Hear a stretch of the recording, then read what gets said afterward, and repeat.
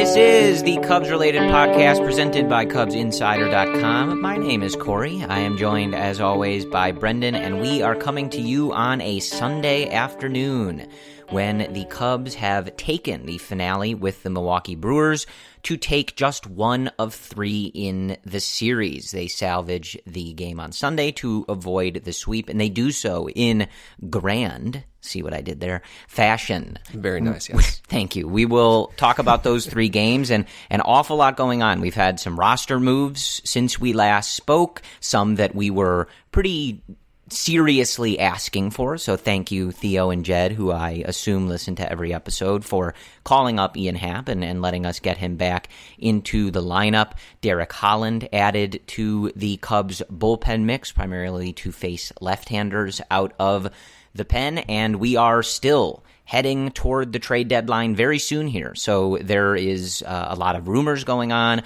lot of people sitting out, scratched, etc. So you can kind of begin to get all nervous about these names and things of that sort. So we will talk about all of those things. But Brendan, I will bring you in here. Not a bad game for Kyle Schwarber on Sunday. A lot of his underlying numbers this year have been pretty good. There's been a lot of people talking about his exit velocity and his expected numbers.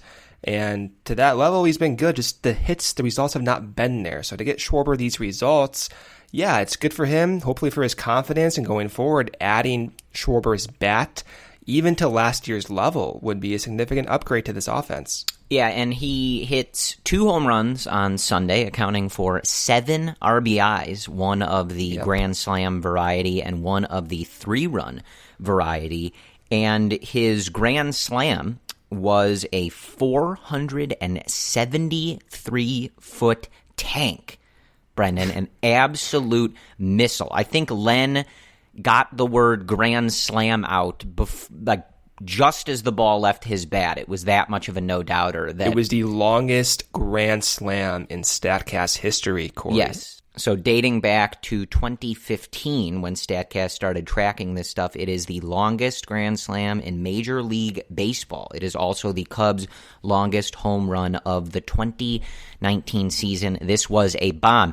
And an interesting contrast, because the 3-run home run was not a bomb. The 3-run home run was one where I think a lot of us were like, ooh, maybe like a gapper that'll fall down. And yeah, it was a juiced ball home run. It just kept going. So a tale of 2 baseballs on that one. One that Kyle Schwarber absolutely murdered, that goes 473 feet, and one that he literally reaches out on the edge of the plate and pokes it with one hand coming off the bat, and it sneaks out into the bullpen. But when you average them together, they're 420 feet on average. So, it works out that way. Yes. Kyle hit ball far. Cubs score runs. That's how those things work. So let's just jump into a quick recap here of these 3 games so we can kind of set the scene here.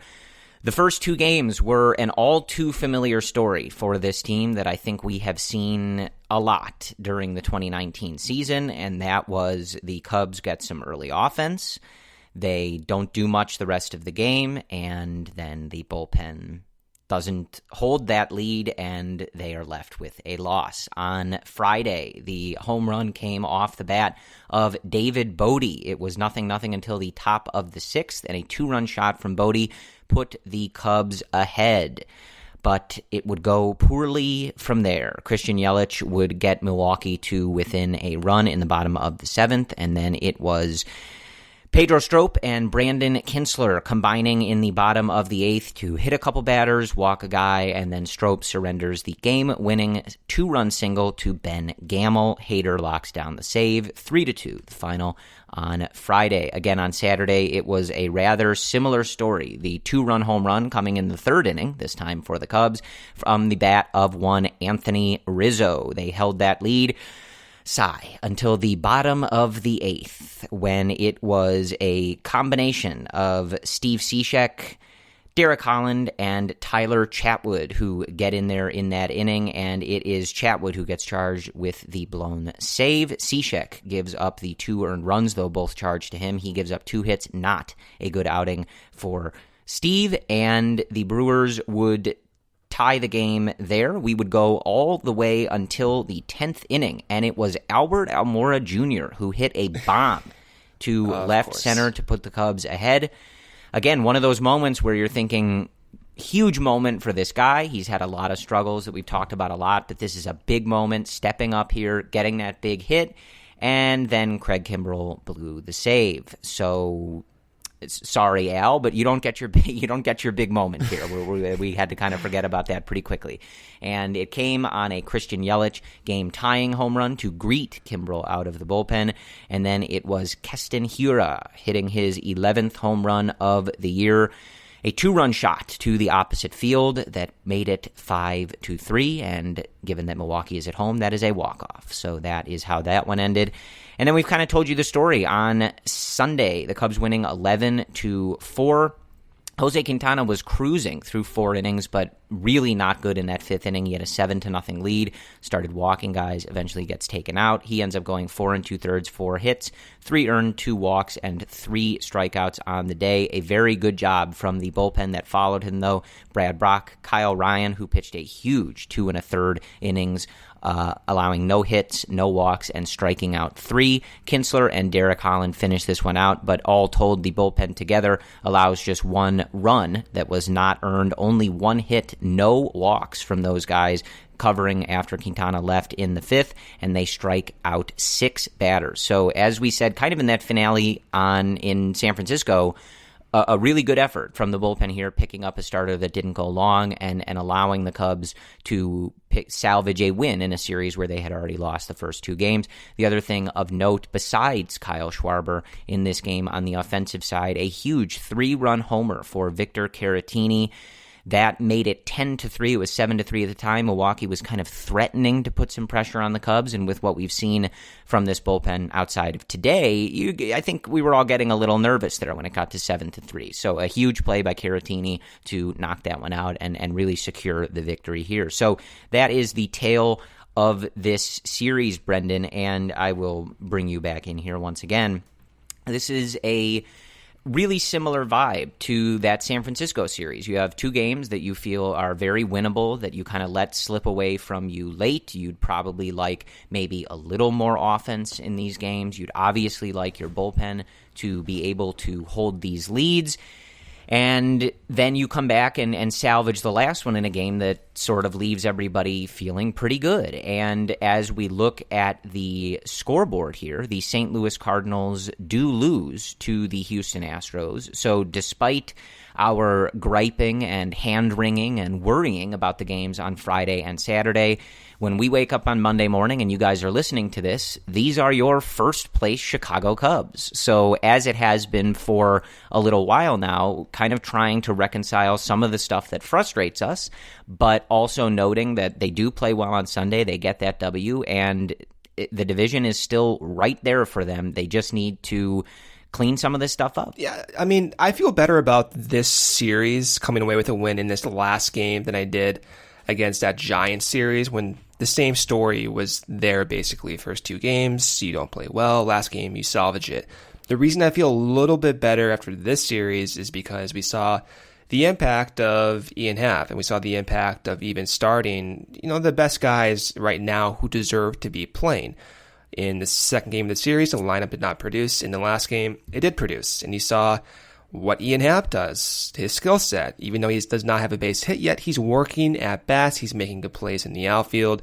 Most importantly, he's walking ahead of guys who are mashing. And we saw exactly that in that last game with Schwarber hitting 2 home runs after Happ walking. So I feel better about just the makeup of the offense. I'm not sold on it yet. I mean, I'd be crazy if I were sold on it. But, at the very least, they're making steps in the right direction now with Russell being in Iowa. Happ is now with the team. Descalso has been put on the injured list. Well overdue for that. Okay, this is what we're going to be getting going forward. We're going to see a lot of Garcia, a lot of Happ. Hopefully Schwarber gets back on track. And if everything else stays status quo with Javi and Willie and Rizzo and everyone up top, the lineup does give you a little bit more confidence, at least for me. But I still think, like many fans, we need another bat, maybe 2 bats. But Happ, Schwarber, Garcia contributing on a consistent level would make me feel a lot better. Yeah, so let's dive into Ian Happ. Ian Happ obviously rejoins the team here in Milwaukee, and he does not end up with any hits in this series, but he's on base a ton because, as he's always done, he takes a lot of walks, and that is a hallmark of his game. He walks once in the Saturday game and 3 times in the game on Sunday. He scores 3 times in this game, so obviously those walks paying dividends. Craig Counsell actually after the game today saying, quote, "The walks to Happ killed us today. No question about it. We did a poor job on him." So that's one of the things that I think, even when you were looking at Happ's struggles in the minors this year or at times with the Cubs in the majors, you know he's got a good eye, you know he's patient, you know he's going to get himself on base, even if he's not able to do it with the bat. But it's, I think, very good to see him back here. I think that this is something that we were asking for, and it is similar to the Garcia thing in a sense, in just the sense that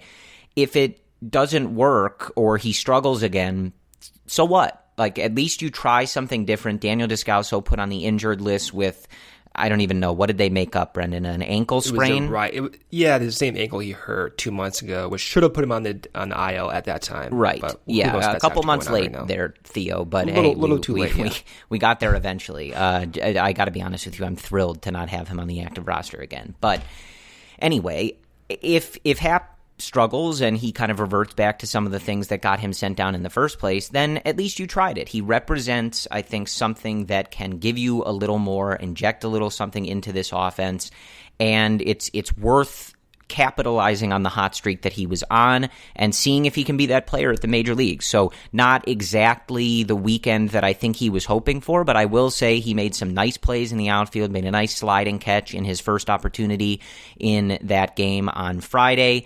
He took some good routes on some deep balls and balls in the alleys when he was playing in center and in left. Very nice. So I think he looks good. And again, like, it's all about what he does at the plate and what he's able to do with the stick. But I think that it's worth giving a shot and worth getting him into the lineup. And I also think you are pleased by Almora coming into some of these spots and performing well. That was a huge home run that he hit on Saturday. Yeah, and it's a shame that it is not a game winner and something that we're able to really kind of like applaud him for and let him have that moment. But I think that it sort of just illustrates a lot of the discussion that we've had on here, that he can be successful in smaller roles, and I think I don't know where you stand exactly now, Brendan, but I'm comfortable with that at times, and it's good to see him capitalizing on those opportunities. It's just a question of when some of these guys get overextended into roles that they don't necessarily belong in or can't reasonably be asked to perform in. So it's all to say I'm glad that Ian Happ is here, and I'm glad that the Cubs are trying to catch that lightning in a bottle here at the major league level, because I think it could be an important one for them and really inform how we go about these next few days heading into the trade deadline.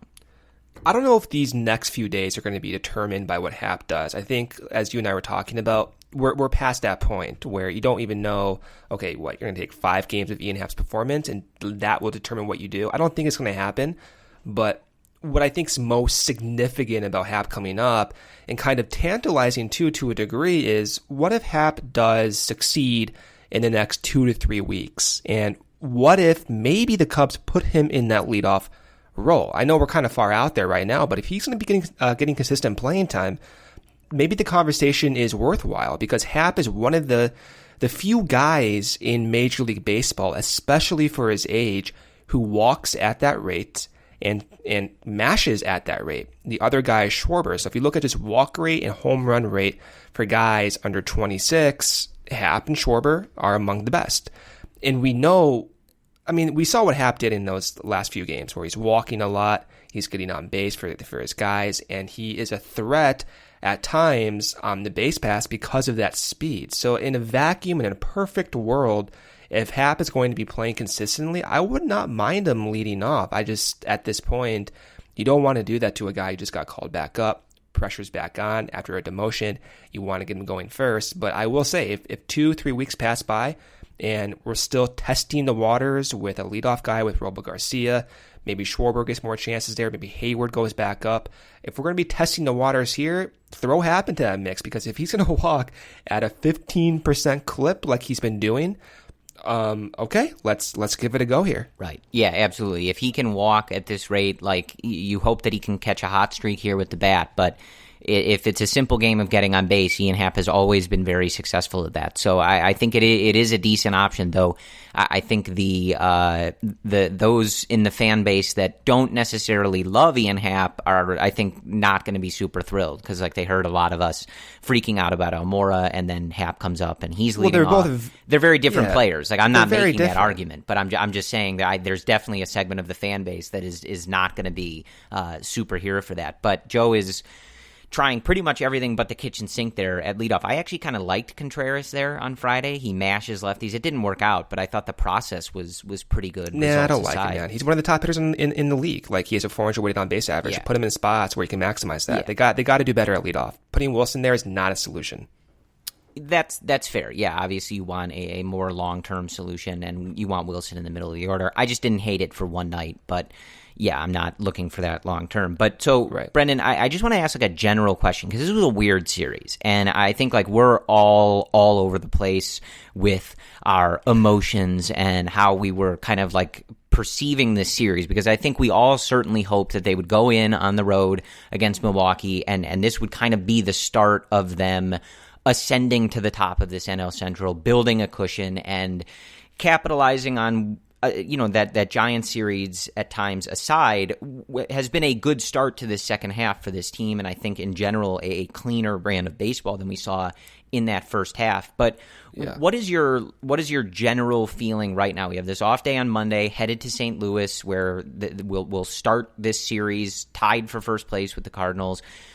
The games on Friday and Saturday, extremely frustrating, right? I think that there's a ton of areas that you could toss the blame. The offense only scoring a couple runs. On Friday, the Cubs had 5 base runners. 3 of them were Chris Bryant. Like, that's obviously not going to get the job done against someone like Gio Gonzalez, who I think you really would like to see them put up a better effort against. Similar story on Saturday, where it's an Anthony Rizzo 2-run home run, and then nothing until Albert Almora hits a home run in the 10th inning.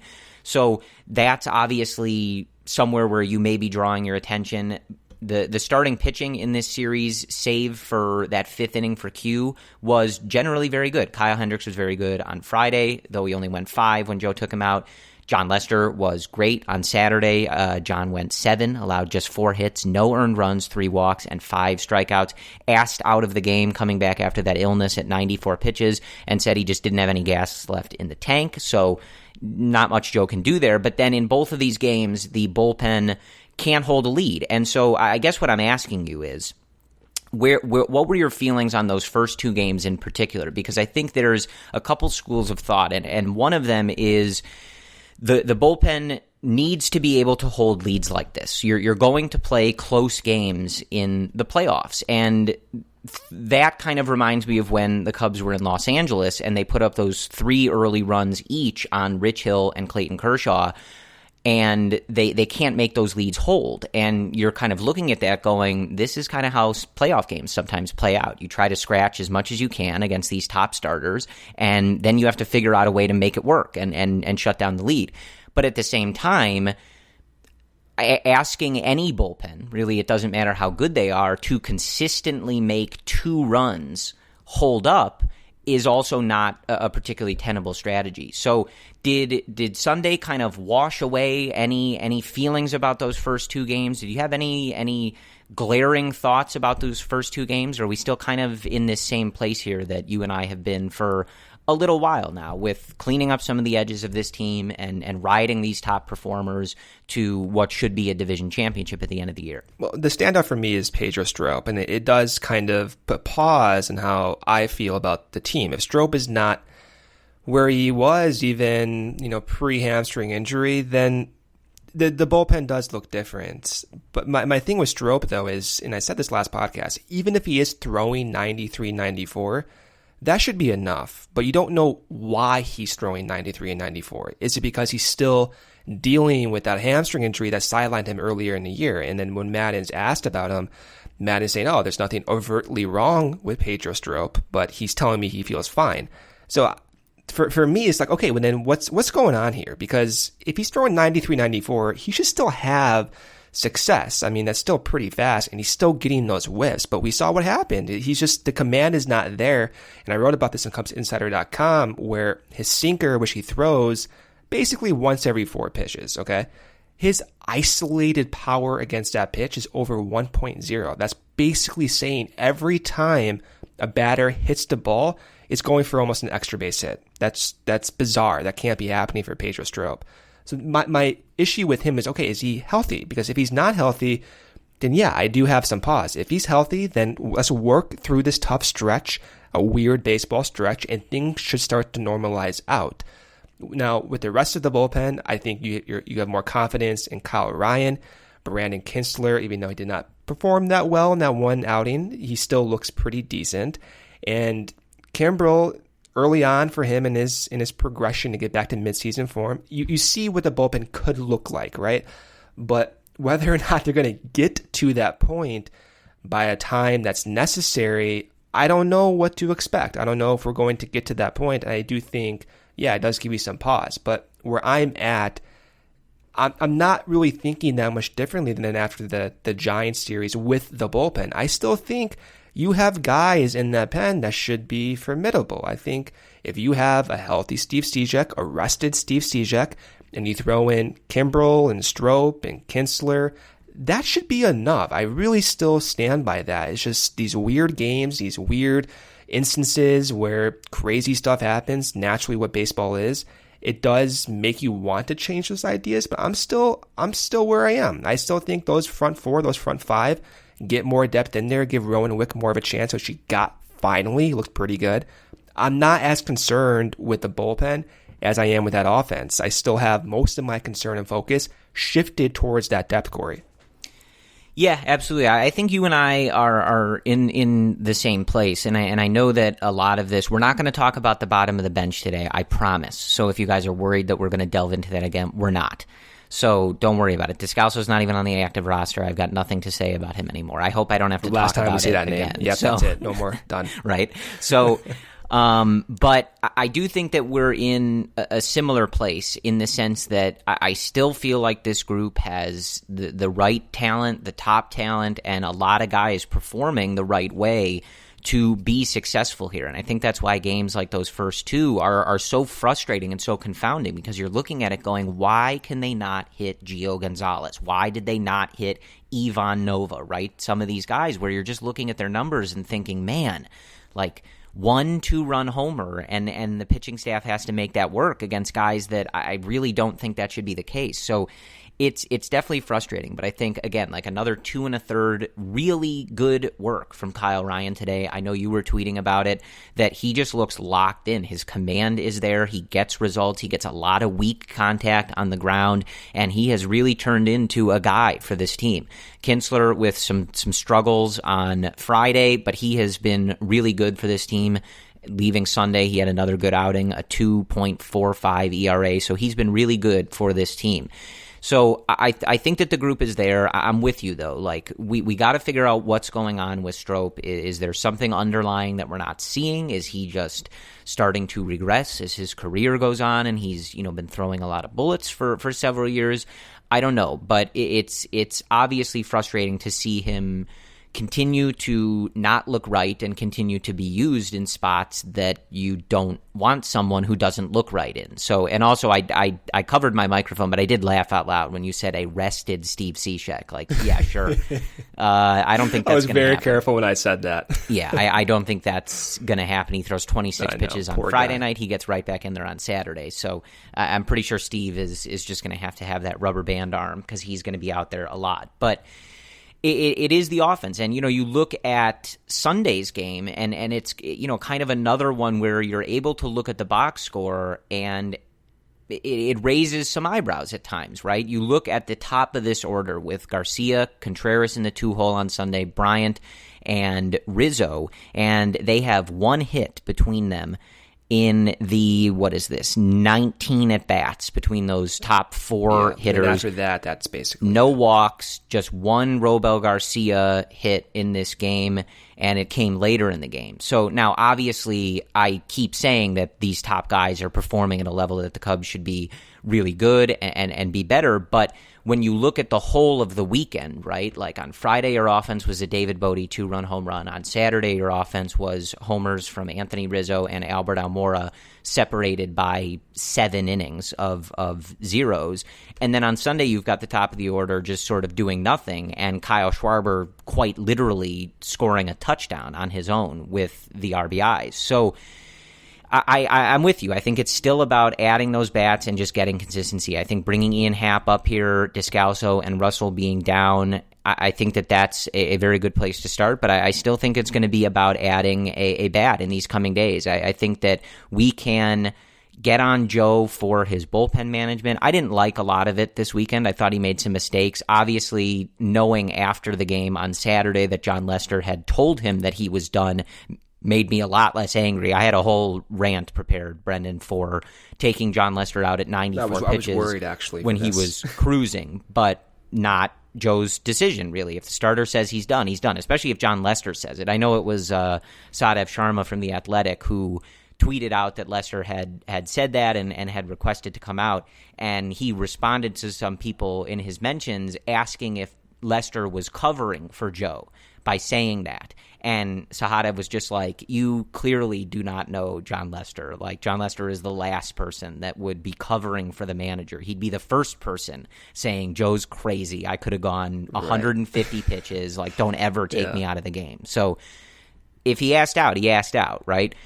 But we can look at this stuff and we can nitpick this stuff. But I think at the end of the day, even though you're going to have to do this eventually, I think that we've talked about this. I think the Cubs have those guys that they can lock down these leads. But especially in the regular season when you have guys' usage all over the place as you're traveling on the road and playing games every day, you're asking the bullpen to shut down 2-0 games on a routine basis is a tall order. That is a tough task, especially like the Brewers have some weak spots in their order, but you've got to pitch to Christian Yelich and some of these guys at some point. So you got to do a better job on offense, and they certainly did that on Sunday. But I'm with you, Brendan. I think that I think you want to maybe see another addition to this bullpen, maybe on that low depth side, but it still isn't necessarily where I'm super worried. I still think it's about that depth on offense and making moves that allow, again, like Almora to play in more situations that he's suited for and not asking him to cover ground that maybe you don't want him covering. And that's the same with guys like Garcia and Happ. Like, I think that those guys can be really successful if you're able to deploy them how you'd like to be and where it's advantageous for them, rather than looking at Ian Happ and saying, okay, dude, you got to save the season. Like, hope you're good because you're playing every day and maybe you're going to lead off. And if you're not good, well, then whoops.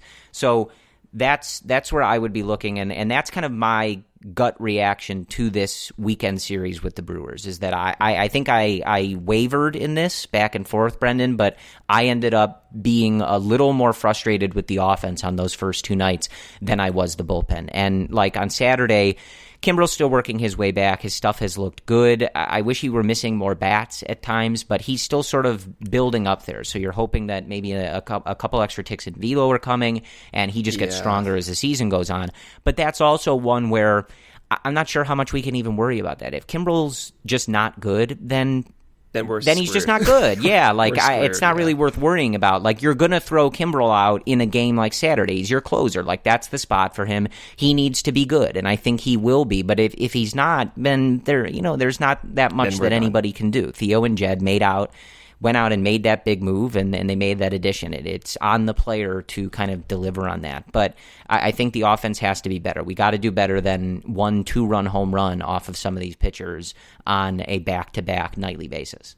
Yeah, one of the issues I have right now with the way the offense has been approaching their at-bats is these extreme changes or these extreme philosophies. And for example, in May and in April, the Cubs as a team were walking over 11% of their plate appearances. really good, was actually the top 2 in Major League Baseball. But in June and July, they're walking at an 8% clip, Corey. That's very weird for me to reconcile. I have no idea why all of a sudden they're not walking that much. And I was talking to you off the air about this. I'm like, are the Cubs just swinging at pitches further in their at-bats, or like, within the first 2 pitches, I feel like? I think they are. I have to look at the data for this, but to be walking that much less all of a sudden within 1 month without major personnel changes, that's weird to me, Corey. And we saw what happened when Schwarber went to the leadoff spot, where he was walking at a high rate, goes to leadoff, and all of a sudden he walks from 15% of the time down to 6% of the time. Why is that happening? What prompted Schwarber to change that? And at times we do see the Cubs tend to get out of their zone with runners in scoring position or runners on base, or even trying to get in front of pitchers and kind of ambush them unsuccessfully. And even in that last win of the series today against Zach Davies, they still did that. They still jumped out in front. For example, Schwarber's grand slam, right? Was it the first pitch or the second pitch, whatever it was? They jumped out in front. And I don't like the extreme shifts where all of a sudden you do something that's been working, but not necessarily giving you the results, but the process is good. But because the results are not there, they change things up. And I don't like seeing that. And the Cubs as a whole offensively, this is what gives me confidence. This is what gives me confidence that this offense could be okay come, September, if we're so fortunate to get the playoffs, because they have, 6 guys with a WRC plus over 100. Okay, so Chris Bryant right now is at 149. Again, all this being 100 league average. Javi Baez after today is 117. We have Rizzo at 140, having one of his best years. We have Contreras, again, having one of his best years at 140 as well. Hayward's rebounded at 140, and now Schwarber's over 103. He's at 103 right now. So you have guys in this lineup. You have 6 guys who are better than league average in certain situations. Is finding the other 2 guys, finding the other mix and match type guys to round out the roster. And with Happ and his walk rate and his ability to mash, at the very least, you want him to get to numbers around Schwarber right now, where you're at league average, you're approaching league average, essentially. And I think the Cubs have potential to do that, even with Robo Garcia, despite the strikeouts. He could be that guy. So the offense, I think at times that gives me confidence, but it's wondering, okay, can Happ do that? Can Schwarber do that consistently? Javi Baez has been struggling. His WOBA is at 350 right now. That's not in the same tier as he was for the majority of this season. Can these guys stay the pace? Can Wilson stay the pace at the same time, having guys under in the order, 5, 6, 7, 8, now rebound and get better as the season progresses? So there's 2 ways to look at this, but I think having 6 guys who are better than league average does give you confidence. Now it's asking, okay, can Ian Happ step up? Can Garcia step up? Can other guys step up and round out that order? You don't know. But the main thing that always irritates me, Corey, is these extreme changes. I don't get it. I don't get it with runners in scoring position. I don't get it with even July and June trying to ambush pitchers. I don't know. Am I going crazy there? Do you notice that as well, that they're trying to get out in front and change their approach at times like that? It certainly does seem that way without digging into it. And I think that that's part of where you look at some of these games where they're not hitting some of these pitchers and you just get kind of frustrated with it. You just feel like they're not working a guy like Gio Gonzalez on Friday the way that they should be. They're not working a guy like Ivan Nova back in those games like they should be. And it does get a little frustrating. But then obviously you have a game like Sunday where Schwarber was clearly up there to ambush Davies, and it works. He hits one near 500 feet for a grand slam. So, but part of the issue with Schwarber's approach there is he was doing that at leadoff and put him down to the 8th spot. So, it's a balance, so to speak. But I just don't like that. And I think that's one of the reasons why a lot of fans, including myself, don't have that much confidence in the coaching staff over the last few years. That's been always changing. Is they're trying to find answers. They try to find answers with Chili Davis, of course. They moved on from John Malley. They brought in Anthony Iapoce back this year, and they did the same thing with their pitching coaches. It does give you pause where, okay, we see a clear shift here. Why is that happening? And it makes you believe that they too are searching for answers, which how can you be confident in the team when you're clearly seeing these rapid changes, these extreme changes, because that suggests they too are searching for answers. So it's hard to get confident despite the overall numbers being good, but you just don't know whether that's going to continue because this coaching staff right now are trying so many different things. It's clear that they're working on stuff, they're trying stuff, and obviously that's indicated by a team that has several guys trying out at the leadoff spot. I mean, even just in the last couple of weeks, we have, 5 different people up there? Yeah. So obviously they are searching for a way to get this offense locked in, but I will say that, just because I was talking about those games on Friday and Saturday where they only get, the 2-run home run and then it's kind of a dead zone for the rest of it, I still would point out that I don't feel it all the way that we did in that second half of last year. This offense feels like it needs to just click into gear and really take advantage of the strong performances that some of these guys are putting together. The offense in the second half last year felt lost. It felt weak and feeble at times. No way are they going to put something together. And I don't feel that with this group. I just feel like it hasn't clicked in completely. And I know, not to explain away some of these losses or explain away some of the concerns that we have with this team, but it really just feels like a lot during this season. They can't get it going all at the same time, right?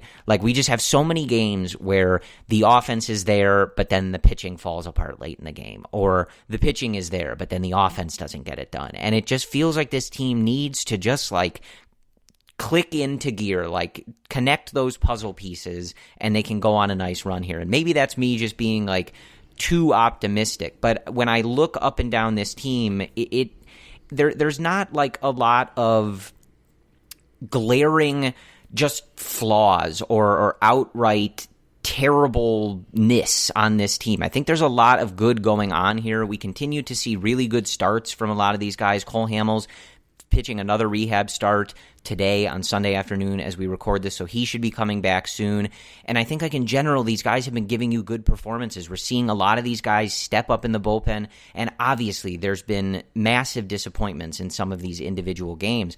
But in general, I do feel like there's a lot of good going on here. And if some of the roster spots can get tightened up, some of the usage for some of these guys get tightened up, it just feels like there is that extra gear for this group to go in, especially if they're able to go on and make some moves. Do you disagree? I've had some very pessimistic thoughts about this group throughout the year. That's why I'm laughing. But really though, when I look up and down it, I just don't feel. I still don't feel this way. I just don't feel like these games and these series should be as much of a roller coaster as they've been. I just feel like they're better than this. And again, that's not to say that I think this team should be winning 120 games and be outpacing the Dodgers for home field in the NL.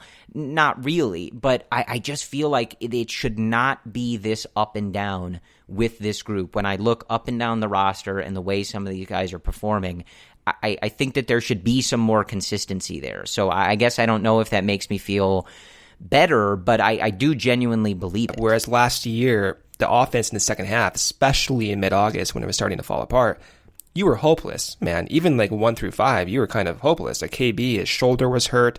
Rizzo was going through a slump. It was Javi. It was a Javi show last year. Right. And this year, it is different. I think the biggest frustrating thing for me is you have 6 guys who I just read off who are better than league average. That should be enough, Corey, where the rest of the team just takes over. But it's so top-heavy, or it has been so top-heavy, where the lack of depth, as we talked about, has hurt the team.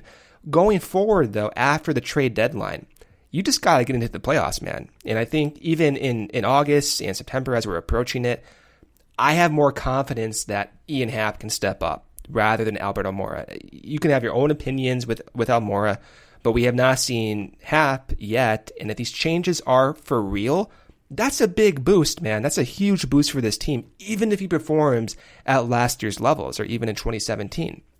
And then you hopefully can combine that with getting someone like Nick Castellanos, right? Where all of a sudden now you have 6 guys who are better than league average, and you just combined Castellanos, and you combined Happ, and you get more favorable matchups for Almora. You don't have to put him in for 450 plate appearances during the year. And you can mix and match Caratini more appropriately rather than having him bat fifth and play in, first base to spell Rizzo more often, or play even in, you have Wilson in the outfield more often. You can now start to mix and match guys more appropriately where they were not doing that in the past few months. And if they stay the course, if they stay the process, if they don't have these different philosophical swinging shifts in their approach, this should be enough. I still believe that. I still believe that this should be more than enough. And going into September, if the rotation is still strong, if Hendricks is still doing well, Lester, Corey, I don't know how he's doing it, but he's the same guy as he's been in the past few years. Hamill's coming back. Darvish has looked still good, even though his last start wasn't the best, but still went pretty deep, still looked pretty good, right? So I think there's a lot to be optimistic about, and it's hard to keep that optimism for me because okay, can we expect the bench to step up? I don't know, this uncertainty. Is Kimbrel going to be okay? Is the velocity more of a reality or more of a byproduct of being early in the year for him? Is Strop healthy? Is he injured? I don't know. Those are the uncertainties that kind of keep me at pause. But if those are really not issues, if Kimbrel does increase his velocity, if Strop is healthy, and if Happ and Castellanos can make contributions, if Castellanos is even traded for, the outlook of this team is going to change dramatically. And they're in first place. They have the opportunity to do that. I mean, Joe Madden was just saying how the front office is feverishly looking for more trade targets. The Cubs are not going to just stand pat here, I think. Even if they don't go out and make a significant deal, they're at least entertaining the possibility. And if they're entertaining the possibility, they too believe in this group. And so if they believe in the group, I'm going to have some confidence about this. I'm going to be more optimistic. I will be upset, irritated, pissed off. They blew those last few games here, but you can't let that drag you on. It's August, it's September. Happ is on the team. Descalso's on the injured list. Hamels is coming back. The trade deadline's coming up. I'm done thinking about the past year. This is a new squad. It's a new depth. Let's see what happens. Right, and I think that's kind of important. You got to always kind of keep stock of where you are. And I think that we all would prefer that seasons in a competitive window go like 2016, right? Where they are just out of the gate, one of the best teams in the league, pole to pole. There's no question about how good this team is, where the changes need to be made, and what this team is capable of doing. And sometimes that's just not how it goes. And if this team was 10 games behind the Cardinals, this would be a different discussion.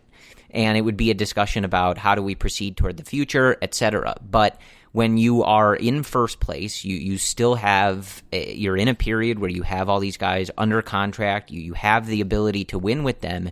You kind of have to take that as your landscape and go with it. And I think that you can look at this organization and want to make some changes as we go towards the future. You can look at some of these prospects and want to improve in areas like that. And this is not just a 2019 thing, but I think when you're in a competitive window, you have to be able to say, look, we're tied for first place as we get near the end of July and the beginning of August. This is a winnable season, and you have to capitalize. You have to figure out a way to capitalize it. And that definitely doesn't mean pushing all your chips in and going crazy with trading guys and things like that. Doesn't necessarily mean that, but it's kind of what you were just saying there, Brendan, where you have to find a way to say, okay, yes, like those games on Friday and Saturday sucked. Like way too often in the 2019 season, this team has found a way to lose, which is obviously in contrast to what we saw in 2016, which was a team that had that vibe of they will find a way to win. They will find a way to protect this lead. They will find a way to come back from an early deficit. They will find a way. But here's the thing about baseball, right? And this is another thing you were just alluding to, Brendan. There's always time to change that in a season. And as crippling of defeats as Friday and Saturday were, just truly snatching defeat from the jaws of victory, you have the ability to turn that around. As you head to St. Louis here and then ultimately get back to Wrigley Field for another homestand, you have the ability to flip the script and start playing like a team that does find ways to win rather than finding those ways to lose. And I think that's why those games are so frustrating. Like, you have Cishek giving up homers to let the Brewers back in some of these games. You've got Kimbrel blowing a save. And, like, those are the things where you look at and go, like, guys, these guys are better than this. Like, they are just picking the worst spots to have some of these performances. And it just seems to happen on a routine basis in stretches for this team. But there's always time to flip that. And I think what we're getting at is that the Cubs, for the most part, have the players to do it. You're not asking like crazy things of certain players. Like, Cole Hamels has been really good for this team. All you're asking when he gets back is he continues pitching like that. He doesn't have to be as good, but just keep pitching the way that he has since he's come over. John Lester has been very good for his whole career. You're just asking him to keep doing that. Just asking Yu Darvish to live up anywhere near his potential, right? Like, you're not asking crazy things of a bunch of players who aren't necessarily capable of it. So I think it's right there, and you have to find a way to remember, like, first place is currently in our possession, and you just have to say, we got 2 months left, we can make some changes to this roster and kick it into gear. And like you said, Brendan, it doesn't really matter what this team was doing for the first couple months. It doesn't matter what they did this weekend. What matters is what they do going forward, and you just have to find a way to maximize the talent that you have, clean up some of the edges, and get ready to do just that. And I do understand the frustration, and I share in that frustration when they have series like this, because I think a lot of these issues, we're talking about position player depth, we're talking about the bullpen not performing.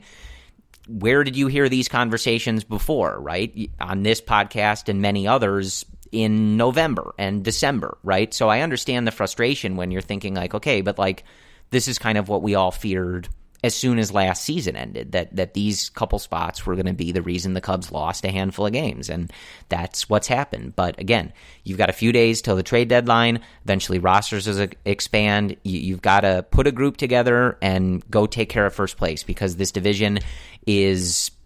nobody else in this division seems intent on preventing you from doing that. So you just got to figure out a way to go out and do it. Yeah, and we'll dissect the season when it's over, but right. It's not over yet. We've talked exhaustively about the depth. So again, we know that cost this team wins. We know it. It's done. That was April, that was May, that was June, that was July. Now we're in August, and the depth has been addressed a little bit, and it will be addressed in the next 3 days. But let's preview this upcoming series against Brendan, can I ask one question before we move on? And I'll re-ask this after we finish with the Cardinals during the week. But I did just want to check back in on my question from earlier of the year, where do you dislike this current group of Milwaukee Brewers or the St. Louis Cardinals more? Because I got to be honest with you, I really don't like this this group of Milwaukee Brewers. I really don't like them. And I think that every time. And I know, like, especially as the Cardinals are streaking here, it's very easy to hate St. Louis. And I obviously do. But, man. It's St. Louis, Corey. It's St. Louis. Right. I know I'm you just hate, checking. I'm just checking. I know you hate Milwaukee. I hate them too. But ask yourself the same question in the next 72 hours. I will. Yeah, no, that's why I wanted to bring it up. You're going to change your answer.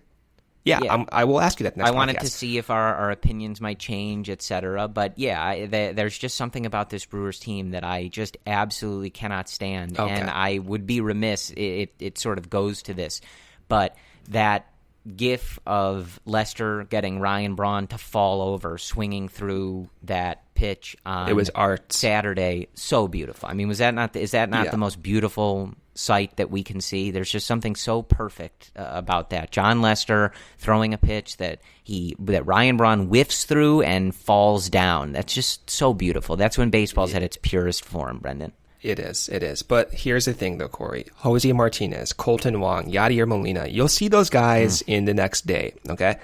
Your opinion will change, trust me. But let's preview this upcoming series. So we have an off day on Monday when you're listening to this, and the Cubs will travel to St. Louis. You can get tickets to this series through SeatGeek. The Cubs season is well underway, and there's no better place to get tickets than on SeatGeek. SeatGeek pulls millions of tickets into one place, so you can easily find the seats you want for a price you're willing to pay. There's nothing quite like being there in person, and SeatGeek will get you closer to the action for a great value. Speaking of being there in person, SeatGeek asked millions of baseball fans from all 30 teams all across the country which stadiums have the best experience. From the food to the traffic, they ranked it all.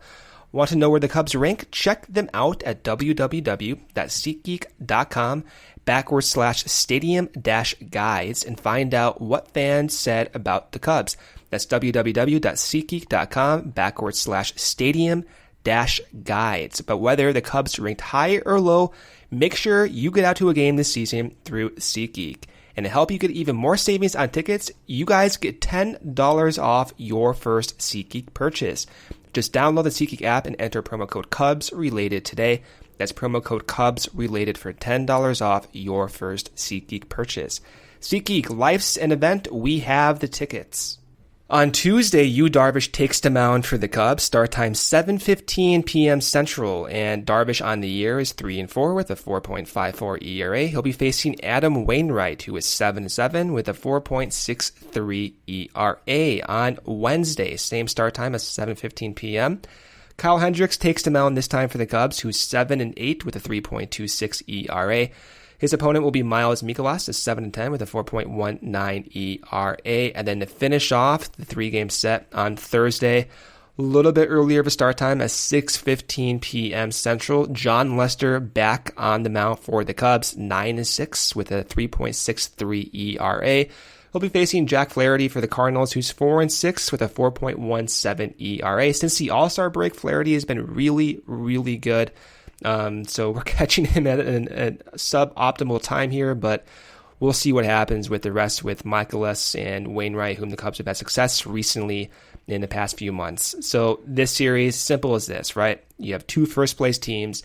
It'll be a playoff atmosphere. The Cubs are throwing out three of their best pitchers. It's just time to do business, man. It's simple as that. I think the Cubs, if I had to guess, will be shuttling out the same types of lineups with Happ getting consistent playing time. And that's kind of what I want. I just want some consistency, some consistent approaches. The Cubs take advantage of their opportunities. The bullpen, of course, settle down. And if they play their best brand of baseball, they're very difficult to beat. And they're the best team in the division when they are playing at their best, Corey. Yeah, I'm with you. It's all about just taking care of business at this point. It's one of those things where going in and playing a Milwaukee team on the road, going in and playing a St. Louis team on the road, those are tough series. Like, these teams are playing well. And, well, relatively, right? Like, that relative to the NL Central, these teams are all playing well, right? I mean, the Cardinals have been on one recently, yeah, so they are playing well. But we're all over 500 here, in the playoff race, so we'll call that playing well. But these are tough series. These aren't easy series, and I think, expecting the Cubs to go into Milwaukee here this weekend and take 2 of 3 or bust or sweep or bust, not necessarily the most productive attitude, but it's obviously frustrating the way that they kind of throw both of those games away. I think that even if you don't throw one of them away on Friday and Saturday, you come away with a series win, and you've done a really nice job there on the road. So it's rather frustrating the way that plays out, and I think that there's no better time than a road series in St. Louis to kind of, as a team, like, it's not always this easy, but put your foot down and just say, we got to stop doing this. We've been playing better than I think our record shows, and we need to, as a group, be better than this. We've got to get better at bats. We've got to be able to hold leads, and we've got to make some of these good starts from some of our pitchers hold up better than we have. So I think you've got to turn that on, and I think it's pretty simple. We're waiting to see exactly what Theo and Jed do here at the deadline so that we can kind of properly prepare ourselves for this stretch run. I think if you want a visual representation of what this series felt like, I shared a GIF on the Cubs Insider Twitter feed at Real Cubs Insider of the Milwaukee cameras that caught Theo and Jed after Yelich tied the game on Saturday. That was also pure art. It's quite the visual. They were not pleased, and they're almost like twins in a way. Jed usually has mannerisms that mimic Theo's in those situations, so it's always kind of funny, but you kind of get the idea of how everybody feels when they lose games like that. Like, nobody's happy about it, and I think everybody thinks they should be better than that happening so frequently. So it's going to be an interesting few days here. I will say that we are liable to talk to you more than just after this Cardinals series. If something big goes down, we'll get on and do it. I would say if the Cubs do some stuff at the deadline, we'll get on and talk with you guys. depending on what it is. But I would imagine that even if it's a smaller move, it's probably at least somewhat significant. So perhaps we'll get on and do just another one of those 20, 30-minute episodes and do a quick reaction and breakdown of it. But otherwise, we will obviously talk to you guys after this St. Louis series. So it's an interesting spot. Trust me, I think we're all in the same boat here. It's been an up and down season, but when you are tied for first place, heading into the trade deadline, heading into August, that there is a winnable season on the table, and you have to figure out a way to go out and take it. So I think, like all of you guys, am more than happy to get on the ship captained by John Lester, Chris Bryant, Javi Baez, Wilson Contreras, and one Tony Rizzo and the boys, and ride this to wherever it takes us. I think you know, Brendan and I, that we will either ride this thing to glory and a parade in early November, or we will be like the violin player on the Titanic. We'll go down with it. So Jeez, either way, we will be. Well, that's the end of the spectrum, Brendan. Those are the two ends, right? I know. So that is, I think, all we have for you. Like I said, we'll keep an eye on things as it relates to the trade deadline, and we will be there with you if there is stuff to break down. And otherwise, if not a lot of excitement happens, we will talk to you guys after the Cubs finish up, hopefully a series win to secure sole possession of first place here in St. Louis. As always, we thank you guys for listening and tuning in, and we will talk to you soon. Go Cubs.